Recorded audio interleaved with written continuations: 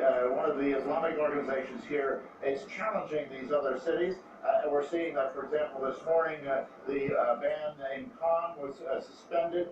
There'll be another hearing this afternoon on another city, and there's 3 more set for tomorrow. So one by one, the Islamic organizations and human rights organizations are going on to these cities to strike down these bans, and that's the only way that they can go. And I think that eventually the mayors will get the idea, the resisting mayors will get the idea that they're going to get slapped down by these administrative courts. Next. Fundamental principle here, you cannot tell someone what to wear. Exactly, and that's what the Human Rights Commission is saying to say about this, that in fact they had violated, illegally transgressed the human rights of the people. They have to be arrested, or otherwise they are not going anywhere. And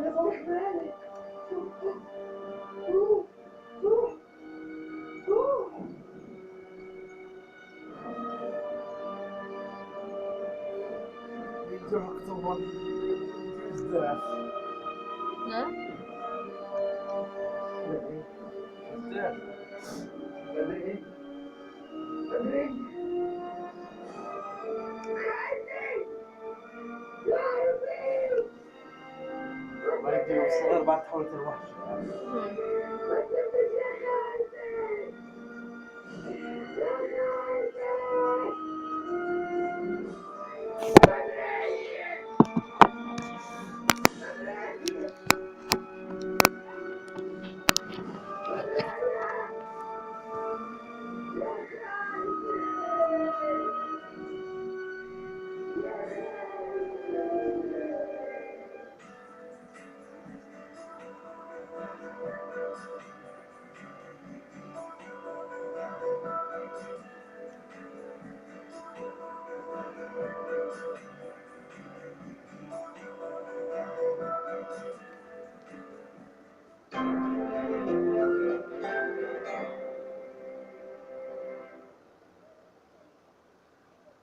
يغير ويهز اليوم ضمائر المسؤولين إذا It feels good when you see that you're creating something is taking shape from your creation, your thinking, and it's quite amazing.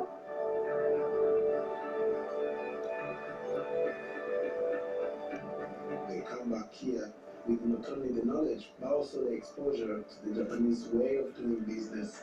There is a new horizon of opportunity for young people growing up right now in Rwanda. They can now afford to dream. So for me, I'm very proud being alive in Rwanda today, and being a computer programmer is the coolest thing that you can be.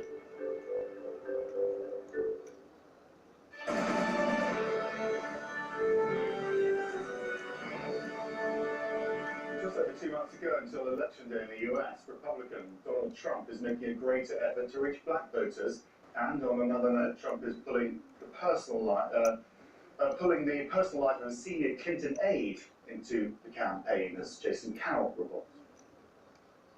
Accusations of racism leading to more personal attacks on the campaign trail. People will look at that and say, you seem desperate. Donald Trump's campaign manager hitting back at Hillary Clinton's running mate for remarks he made last week, linking Trump to former Ku Klux Klan Grand Wizard David Duke. Donald Trump is pushing their values, Ku Klux Klan values, David Duke values. In the case of Tim Kaine, I mean, we expect the rough and tumble politics, the lies from Hillary Clinton and her folks. But Tim Kaine, you've been a mayor, a senator, a governor, you're running for vice president, Harvard Law degree, and you stoop so low that you are making these allegations, and I think it's going to backfire. But Duke, who's running for a Senate seat in Louisiana, is promoting Trump in robocalls for his Louisiana Senate campaign. It's time to stand up and vote for Donald Trump for president, and vote for me, David Duke, for the U.S. Senate. Trump had been criticized for not disavowing Duke's endorsement quickly enough during the primary.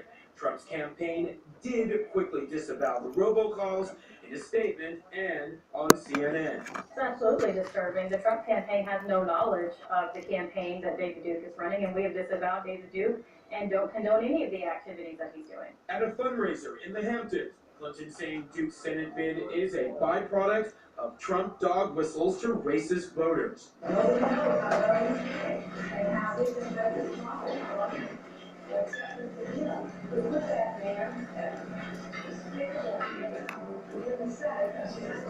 This as Trump supporter Pastor Mark Burns apologized after tweeting this photo of Hillary Clinton in blackface, mocking her outreach to black voters.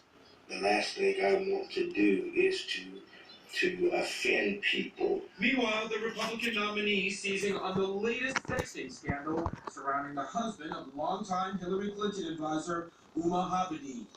She's married to a guy that is uncontrolled and uncontrollable. Abedin announcing her separation from disgraced former Congressman Anthony Weiner after the New York Post published suggested pictures he allegedly sent to another woman with his child lying next to him. Something people close to the family tell CNN left Abedin furious and sickened.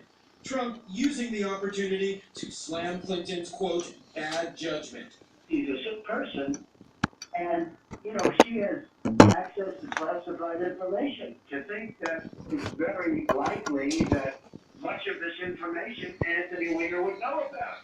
And I think it's something that was terrible.